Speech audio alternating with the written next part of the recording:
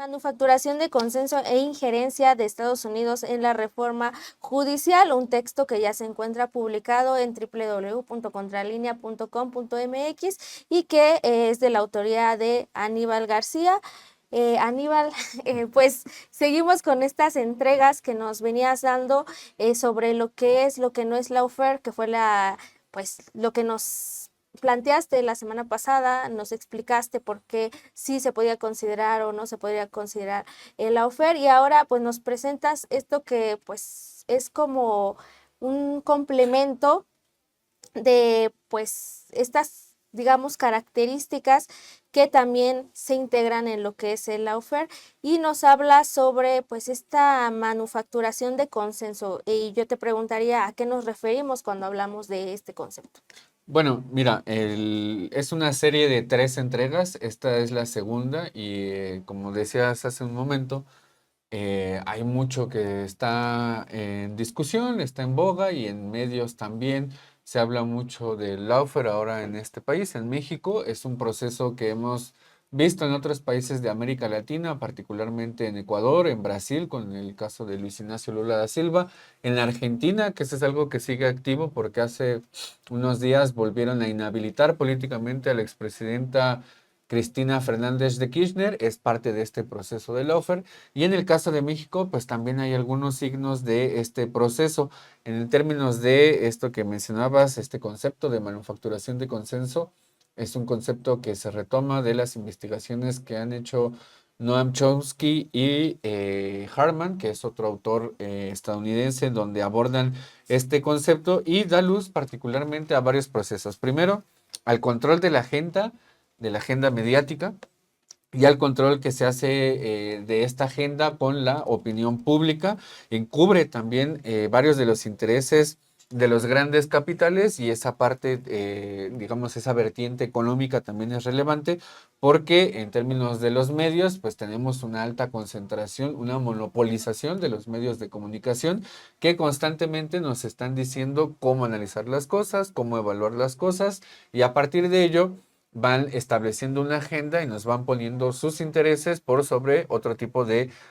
agenda y otro tipo de intereses. Y también este establecimiento de esta agenda a partir de lo que mencionan estos dos autores es el apoyo que hay a partir de voces expertas, ya sea de universidades, de expertos mismos o de think tanks que también tienen comprometida pues su misma opinión o incluso las publicaciones que hagan. En el caso de Estados Unidos eso es muy evidente con varios de los think tanks que tienen incluso incidencia en la política mexicana, como suelen ser el Wilson Center, el Atlantic Council, el Inter-American Dialogue o incluso think tanks que son ya más vinculados al establishment estadounidense. Todos estos que he mencionado lo son, pero digamos que hay otro más cercano, que es el Council on Foreign Relations, que es otro de los think tanks que está también operando en este tipo de aspectos para establecer una opinión experta en torno a los distintos tópicos o los distintos temas que se abordan. Y por último, esta cuestión de la manufacturación de consenso, pues también da luz a otro tipo de procesos, y este proceso en particular que se va vinculando al tema del offer es el de establecer una estrategia a mediano, incluso a largo plazo, de desacreditación de los gobiernos. Particularmente esto se hace con gobiernos que son lejanos a los intereses de Estados Unidos, a la geopolítica estadounidense, o gobiernos progresistas o de izquierda también, y va en paralelo un proceso de desmoralización, ya sea de los mismos dirigentes políticos o de los mismos partidos políticos que los respaldan, e incluso del proceso político que estamos hablando. En el caso de Brasil, que es, digamos, el caso más paradigmático del lawfare, se nota con la desacreditación constante que hubo en torno a la expresidenta Dilma Rousseff, en torno también al expresidente Luis Ignacio Lula da Silva, en torno a uno de los ejes que estructura muchas de las estrategias de la lawfare, y es el tema de la corrupción. Y ahí hay que hacer una aclaración porque no es que estemos en contra de que la corrupción sea perseguida, que haya una judicialización cuando los actos de corrupción existan. Eso tiene que dejarse claro, debe de ser así. El problema acá es cuando se establece un doble rasero o cuando se establece como justificación para que se persigan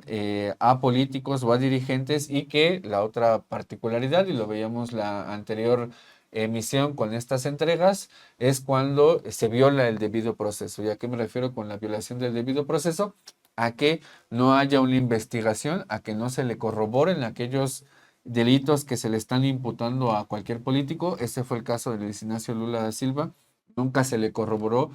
y eso quedó en evidencia hace un año, 2 años, cuando no se pudo corroborar todos los delitos que se le estaban imputando al ahora presidente de Brasil, y lo que sí se estableció fue una práctica en la que terminó encarcelado Luis Ignacio Lula da Silva y se le impidió participar en las elecciones del país del cono sur latinoamericano, que es Brasil. En el caso de Ecuador sucede algo similar con aquellas personas que estuvieron en el gobierno de Rafael Correa y que ahora siguen o están en una condición incluso de exilio o de persecución política. El caso particular incluso lo hemos visto en esta misma casa editorial con el caso de Jorge Glass, cómo ha sido perseguido políticamente. Entonces, este es uno de los aspectos que está puesto en el texto y además se hace hincapié en esta parte que intentó establecerse a partir de las elecciones del 2024, poco antes de que empezara el proceso electoral. En febrero de este año hubo tres publicaciones que se hicieron en torno a algo que se quería establecer como parte de la agenda política y mediática, que era esta etiqueta que se le intentó o que se le puso más bien al expresidente Andrés Manuel López Obrador, que tenía que ver con el vínculo con el narcotráfico. Y esta etiqueta, esto del narcopresidente, pues empezó a meter mucho ruido en términos ya de un proceso coyuntural como era la elección del 2024, y lo hicieron particularmente dos agentes estadounidenses, uno que es un medio, que es ProPublica, que hay que recordarle a la audiencia, a este medio que hizo esta investigación en donde supuestamente se estaba vinculando desde Estados Unidos y particularmente desde la DEA al al expresidente Andrés Manuel López Obrador, una organización que es Inside Crime, que también, digamos, en tiempo fueron estableciendo esta agenda, o sea, me refiero al tiempo con el tiempo político, porque esa es otra parte y otra de las características del OFRE, ¿no? El manejo del tiempo político es algo fundamental, no solamente para esta estrategia del OFRE, sino en términos de política en general. Y la otra fue la cadena alemana DW, que también hizo esta investigación de la mano de una periodista que todos conocemos, que intentó establecer esta etiqueta del narcopresidente y de intentarlo vincular al expresidente Andrés Manuel López Obrador a el narcotráfico. Sin embargo, eso días después, semanas después, incluso el mismo embajador, Ken Salazar, y la misma Casa Blanca desmintieron este tipo de aspectos, y eso lo hicieron de forma oficial. Quedó un documento al respecto y quedaron las declaraciones del mismo embajador. Sin embargo, pues esto generó una, digamos, en términos de las redes sociales, generó mucha publicación, particularmente en la red social X, antes Twitter, y eso lo vimos en una de las últimas conferencias de presidencia que hubo cuando estaba el expresidente Andrés Manuel, el 14 de agosto, quien era la titular de la sección ¿Quién es quién en las mentiras?, Ana Elizabeth García Vilchis, mencionó que de las 29.650 cuentas de esta red social X, antes Twitter, se replicaron en el hashtag narcopresidente, gran cantidad de replicaciones que tuvo esto. Sin embargo, solamente el 5.2% de estas más de 29.000 cuentas eran reales, todas las otras eran ficticias y fueron cuentas automatizadas, esto que se conoce también como los bots que están inundando constantemente las redes sociales. Y ahí también en ahí estuvo, y ese es otro de los, digamos, de los objetivos que intenta cumplir este texto, estuvo en ahí también es el titular de la Unidad de Inteligencia Financiera, Pablo Gómez, y ahí fue cuando habló también de lo que hacía Mexicanos contra la corrupción y la impunidad. Así es, Aníbal, pues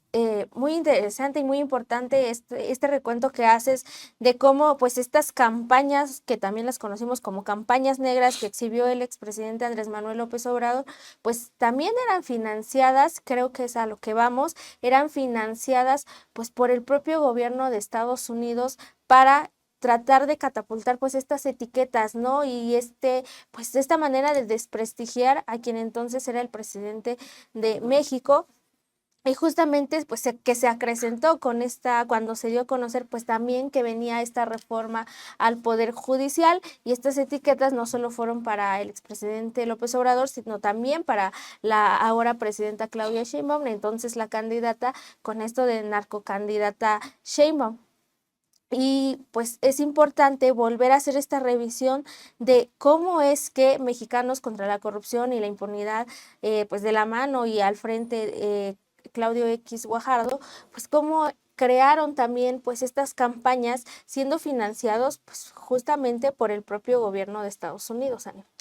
Así es, en esta casa editorial también Nancy Flores ha seguido a esta investigación en torno a Mexicanos contra la Corrupción y la Impunidad, y en la publicación que está en el texto que ya está en línea en la página de Contralínea, hay una red, estas redes que he publicado también en otros espacios y en otras ocasiones también aquí en la revista Contralínea, sobre Mexicanos contra la Corrupción y la Impunidad. En esta red que estarán viendo también en su pantalla, pues se detalla cómo el Departamento de Estado, a partir de la Embajada de Estados Unidos y de la National Endowment for Democracy, esta agencia que tiene el gobierno estadounidense, pues fueron financiando a Mexicanos contra la Corrupción con 96.7 millones de pesos. Esto fue lo que detalló Pablo Gómez, el titular de la Unidad de Inteligencia Financiera. Están también otros financiadores como la Fundación Maelba, está el Sistema de Observatorios de Observación Ciudadano, la Fundación Caluz, la Fundación Unifem,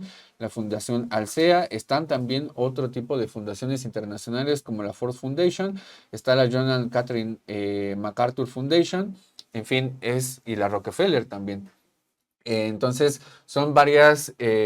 financiamientos que nos hablan no solamente de la incidencia y de la injerencia que tiene el gobierno de Estados Unidos en este tipo de aspectos, sino también de las alianzas que hay entre los distintos capitales nacionales que se beneficiaron de los últimos 35 años del periodo neoliberal en México, y también capitales internacionales. En la parte del programa de apoyo que tiene Estados Unidos a los medios de comunicación, tan solo en el periodo de Joe Biden, han financiado para el rubro medios y libre flujo de información casi 77 millones de dólares a 11 países de América Latina tan solo en este periodo. Hasta ahí llegan los datos, todavía no están disponibles los datos del 2024, pero sin embargo habla de una política por parte de Estados Unidos para apoyar a distintos medios de comunicación que no son independientes, que dicen serlo, pero no tienen esta independencia o esta autonomía de poderes como el caso de Estados Unidos. Y también en el texto se detallan pues otro tipo de financiamientos que hace también Estados Unidos, no solamente a Mexicanos contra la Corrupción y la Impunidad, sino a otras organizaciones que han estado involucradas también en el proceso de reformas al Poder Judicial. Esto que el viernes hablábamos con nuestros compañeros Adrián y Astrid, que tiene que ver con las reformas que hicieron, que pasaron del sistema penal acusatorio, que era más inquisitorial, hacia un sistema penal acusatorio en donde había la presunción de inocencia y era un sistema oral. Entre las organizaciones que están financiadas también es el IMCO, este Instituto Mexicano de la Competitividad, en el cual también están vinculados estos empresarios como Claudio X González, y tuvo un proyecto que tenía como objetivo establecer una alianza para la integridad de México y apoyar al gobierno de México y a la sociedad civil para fortalecer la transparencia, la integridad, los derechos humanos y el imperio de la ley. Este financiamiento tuvo alrededor de 77.671 dólares en 2023. Otra empresa que también destaca en este tipo de financiamientos es Management System International, que es una de las grandes organizaciones, de las grandes empresas que han sido financiadas por parte de Estados Unidos, y a ellos particularmente les tocó implementar todas estas serie de reformas que hubo al sistema judicial en México desde el 2007 en adelante, que va también relacionado con la aplicación de los recursos que hubo con la iniciativa Mérida. Particularmente, esta empresa tuvo financiamiento de la USAID por 25.304.955 dólares entre el 2019 y 2022, que solamente es el periodo del expresidente Andrés Manuel López Obrador, pero que ya venía este financiamiento desde antes. Y esta empresa, particularmente en el periodo tanto de Felipe Calderón como de Enrique Peña Nieto, pues estuvo abocada a modificar los planes de estudio de las carreras de derecho en el país, y es importante decir esto porque hasta ese nivel llegaron de injerencia por parte de Estados Unidos. Para implementar este tipo de reformas, pues fue necesario cambiar los planes de estudio de la carrera de derecho a nivel nacional. Este recurso fue otorgado al programa ProJust en inglés, y fue parte también de estas organizaciones que se beneficiaron de este tipo de proyectos, de este tipo de financiamiento por parte de Estados Unidos, Andy. Así es, Aníbal, pues muy importante y muy interesante esta revisión que hace sobre la injerencia estadounidense, cómo afecta, cómo se relaciona con la justicia, el combate a la corrupción y también este papel que juegan los medios de comunicación, que ya vemos pues detrás de ellos o detrás de todo lo que ellos hacen, pues también es importante ver pues quiénes se encuentran, pues, digamos, financiando estos trabajos que, como tú lo dices, supuestamente son independientes. Ya nada más te preguntaría con qué cerrarías, Ani. Pues esta parte de la investigación se centró en dos aspectos, ¿no? Primero, esta manufacturación de consenso, porque en el tema del lawfare no hay lawfare sin medios de comunicación que estén constantemente estableciendo esta agenda, que estén constantemente vulnerando los procesos políticos, ¿no? Yendo en contra o quitándole la base social a los procesos políticos y también a los distintos dirigentes y dirigentas, porque también los hay femeninas en términos de proyectos más de izquierda, proyectos progresistas. Durante el periodo del 2004 al 2021 hubo varios proyectos de reformas al sector justicia, que son estos que estaba mencionando hace un momento. Entre ellos destacan Política Estratégica de Reforma Institucional, el Programa de Apoyo para el Estado de Derecho en México, el Rule of Law 3, que es un proyecto que dio continuidad durante toda la iniciativa Mérida. La promoción, el proyecto de promoción de justicia, el sistema de justicia fue otro proyecto. En fin, fueron varios proyectos que fueron aplicándose constantemente durante la iniciativa Mérida.